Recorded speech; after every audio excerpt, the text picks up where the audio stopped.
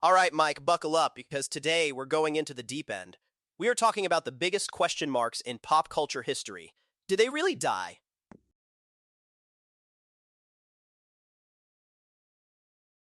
Welcome back to the Brew the Bizarre podcast, where we brew the bizarre one cup at a time. Sit back, grab a coffee, and enjoy the weirdness. Welcome back, everyone. This should be a good one for you.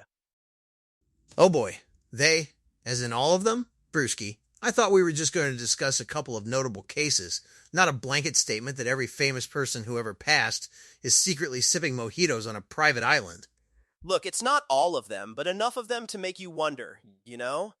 It's about the patterns, Mike, the inconsistencies, the fact that the official narrative just doesn't quite fit sometimes. My gut tells me something is up, and my gut is rarely wrong, especially when the government is involved. Your gut also tells you that Bigfoot is a highly evolved, interdimensional being who occasionally moonlights as a park ranger. So, maybe we should take your gut feelings with a grain of salt. Hey, don't knock it till you've seen the infrared footage. But back to the topic. Let's start with the king, Elvis Presley. Officially, he died in 1977. But the sightings, Mike, the sheer volume of Elvis sightings since 77 is statistically impossible if the man was truly pushing up daisies. People claim to have seen him everywhere from Burger King to Graceland's gates. Brewski, with all due respect, those are usually just impersonators, or people who want to believe so badly they see what they want to see. Elvis was massively popular, of course people would project onto others, and the official cause of death was pretty clear. Heart attack, exacerbated by drug abuse. It's a sad story, but a pretty straightforward one, wouldn't you say? Straightforward? No way. Think about the timing. Elvis was a global icon. He had information, influence. What if he got too big, too powerful? What if he saw something, knew something that the powers that be didn't want him to know? And his manager, Colonel Tom Parker, was a shady character to say the least. Could he have helped fake his death for financial gain or to escape some other entanglement? Financial gain from faking his death? That sounds like a terrible business model. Hey, let's make our biggest asset disappear forever. That'll really boost profits. And even if Parker was shady, how do you keep something like that quiet for decades? Someone, anyone, would have talked by now. A nurse, a pilot, a chef, a gardener. It's too big a secret. That's where the government comes in, Mike. Or a clandestine organization. They have resources. They can make people disappear or ensure silence. Look at the CIA's history with celebrities. They monitor them, they recruit them, they use them. What if Elvis was just tired of the spotlight, but also a liability? A deal was struck. He gets to live a quiet life, they get to control the narrative. So he just poof, vanishes into thin air, and everyone who knew him keeps mum. His family, his bandmates, Priscilla, they all just accept it and never slip up for 40 plus years? That strains credulity, Brewski. What if they were threatened or compensated beyond their wildest dreams? Or, and this is where it gets really interesting, what if they didn't even know? What if a double was put in place, or even a clone? Okay, now we're officially off the rails. Clones? Brewski, I appreciate the creativity, but we've gone from maybe he's in hiding to he's a science experiment. Let's dial it back a notch. Hey, you asked. But seriously, let's move on to another one. Tupac Shakur, shot dead in Vegas in 96. Or was he? Think about the narrative around him. The West Coast versus East Coast beef, the intensity, the suddenness. And then, after his death, a flood of new music was released, almost like he'd recorded enough for another lifetime. Plus, the guy talked about faking his death in his lyrics. Artists talk about all sorts of things in their lyrics, Brewski. It's called poetic license. And a lot of artists record a massive backlog of material. That's not unusual. As for the East Coast-West Coast beef, that was a very real, very tragic situation, and it led to real violence. I think sometimes the simplest explanation is the most likely. He was a victim of that violence. But the details. He was cremated the very next day. Super fast, right? No public viewing, nothing. And the guy who supposedly cremated him, he mysteriously retired and disappeared. Convenient, don't you think? What if it wasn't a cremation at all, but a way to dispose of a stand-in? Or maybe there was nothing there at all to cremate. You're suggesting they just burned an empty casket? Or a wax dummy? That's quite an elaborate scheme for someone who was supposedly the target of a gangland hit. And again, no one ever talked, no deathbed confessions, no scorned ex-girlfriend or disgruntled associate. That's the part that always gets me with these theories. Humans are bad at keeping secrets, especially big ones. Unless the secret keepers are no longer with us, Mike, or they've been encouraged to keep quiet. And what about the number 7? Tupac died at 25, which is 2 plus 5, 7. He was supposedly shot on September 7th. His album Machiavelli was released 7 months after his death. There are too many sevens, man. It's an omen, a clue. The human brain is wired to find patterns, Brewski. If you look hard enough, you can find a 7 in anything. It's like seeing shapes in clouds. You're connecting dots that aren't necessarily there. It's a tragic loss, but it's not a conspiracy because of a number. Okay, fine. But what about Princess Diana? The accident in the tunnel in Paris. That's a classic example of the government, or at least the establishment, wanting someone gone. She was becoming too popular, too influential, dating Dodi Fayed, threatening the royal lineage. That's a perfect storm for a cover-up, if you ask me. The official investigations, both French and British, concluded it was a tragic accident largely due to a drunk driver trying to outrun paparazzi. While the circumstances were incredibly sad and preventable, attributing it to a direct assassination plot by the establishment seems like a huge leap. What would be the motive beyond she was popular's? The motive, Mike, is control. She was a loose cannon to them. She wanted to expose things, talk about landmines, shake up the monarchy. She was seen as a threat to their carefully curated image. And the CCTV footage mysteriously disappearing from certain angles, the white Fiat supposedly clipped their car, whose driver was never definitively identified. These aren't just coincidences. These are deliberate omissions. There are always going to be some loose ends in a chaotic accident like that, especially with the paparazzi involved. But to orchestrate something so precisely in another country and then make sure absolutely no one ever leaks it, it's a huge undertaking. And who exactly is the establishment in this scenario? The Queen? MI6? The lizard people?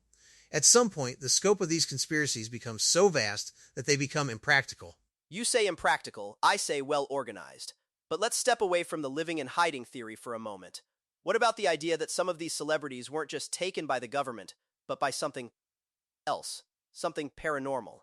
My research into the occult and hidden dimensions makes me wonder if some high-profile individuals, especially those with immense creative energy, might be more susceptible to interference. Interference? Like ghosts took Michael Jackson? Brewski, come on. We're talking about real people here, not characters from a horror movie. Not exactly ghosts, Mike. More like, what if some of these individuals, living such intense, high-energy lives, cross paths with entities from other realms? Think about the pressures, the dark side of fame. It opens portals, man. Michael Jackson, for instance. His life was so utterly unique, so deeply steeped in spectacle and isolation.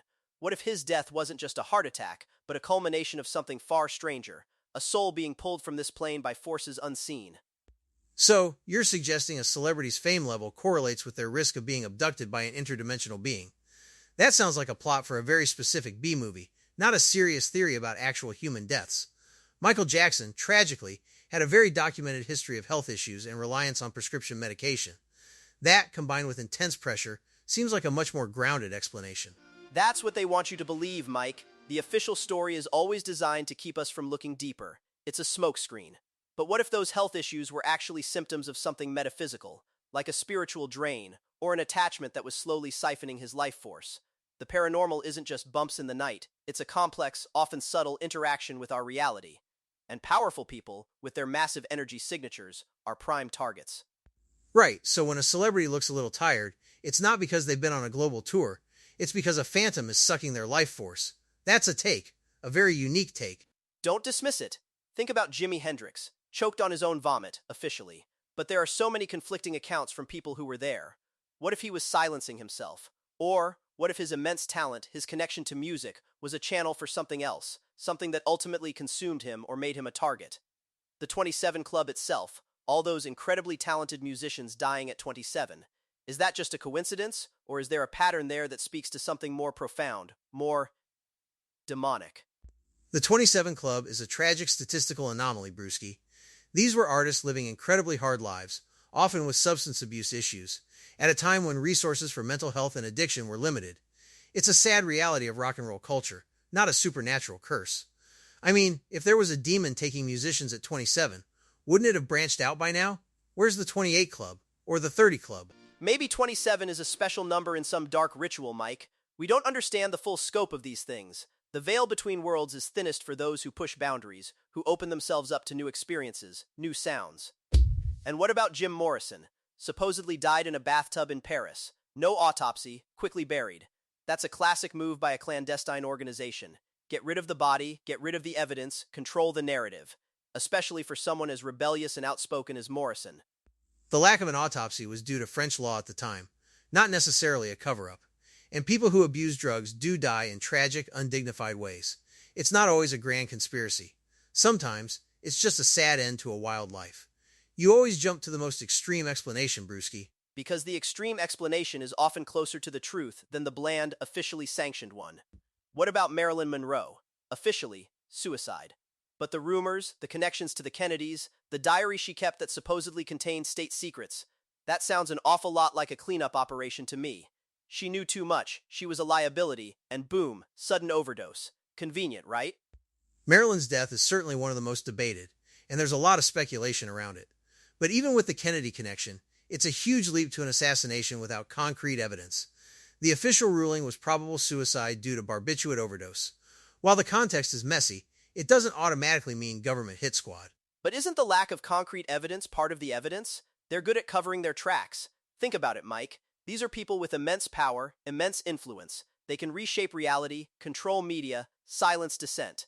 And when a celebrity becomes inconvenient, or learns too much, or even just wants out of the system, well, death is a very effective solution. It's a very effective solution, yes, but it's also incredibly difficult to execute and keep secret. You'd need dozens, if not hundreds of people involved in some of these theories, from the fake death to the paranormal abduction, and yet, somehow, they all remain silent. That's the part I struggle with, the sheer logistical nightmare of maintaining such a grand illusion for decades. But that's where you underestimate the true power of those pulling the strings, Mike. They operate in the shadows, they have blackmail, they have mind control, they have things we can't even comprehend. And sometimes, they don't even need to kill someone, they just need to make them disappear and let the official narrative fill the void. Or, for the truly special ones, they're not gone, they're just elsewhere. Not dead, not hiding, but perhaps taken by something beyond our understanding, something that wanted their essence, their talent, their light. So, you're saying some celebrities are essentially sacrifices to interdimensional beings who crave fame and talent. That's quite a twist on the going into hiding theory. From a secluded beach to another dimension? Exactly! You're finally seeing it. The world isn't just what's presented on the evening news. There are layers, Mike, layers of reality, and celebrities often dance right on the edge of them. Their lives are public, but their exits, those are often shrouded in the deepest, darkest secrets. And I'm just scratching the surface of what I believe is really going on. I mean, I'm still highly skeptical, Brewski. I think most of these are tragic human stories with understandable explanations, even if some details remain blurry. But I'll admit, you do make me think.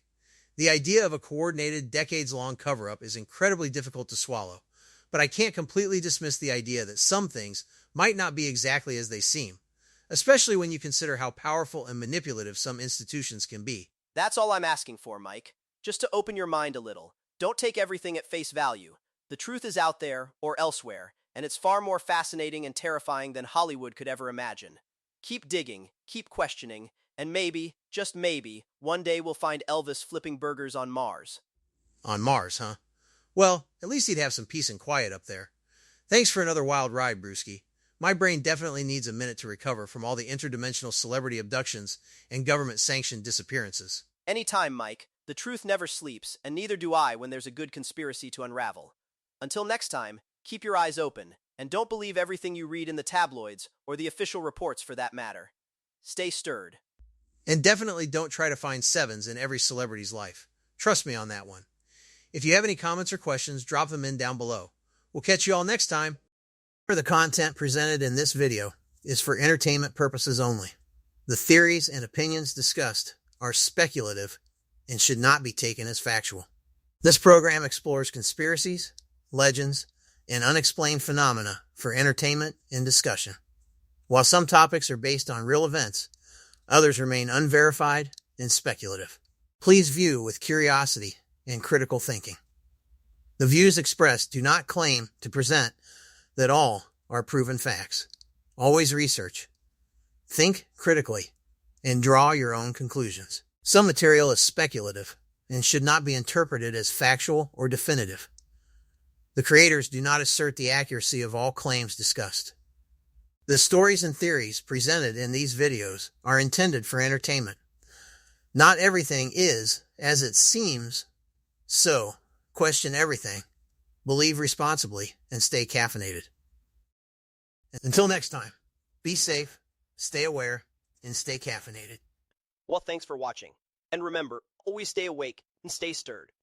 That's all I got.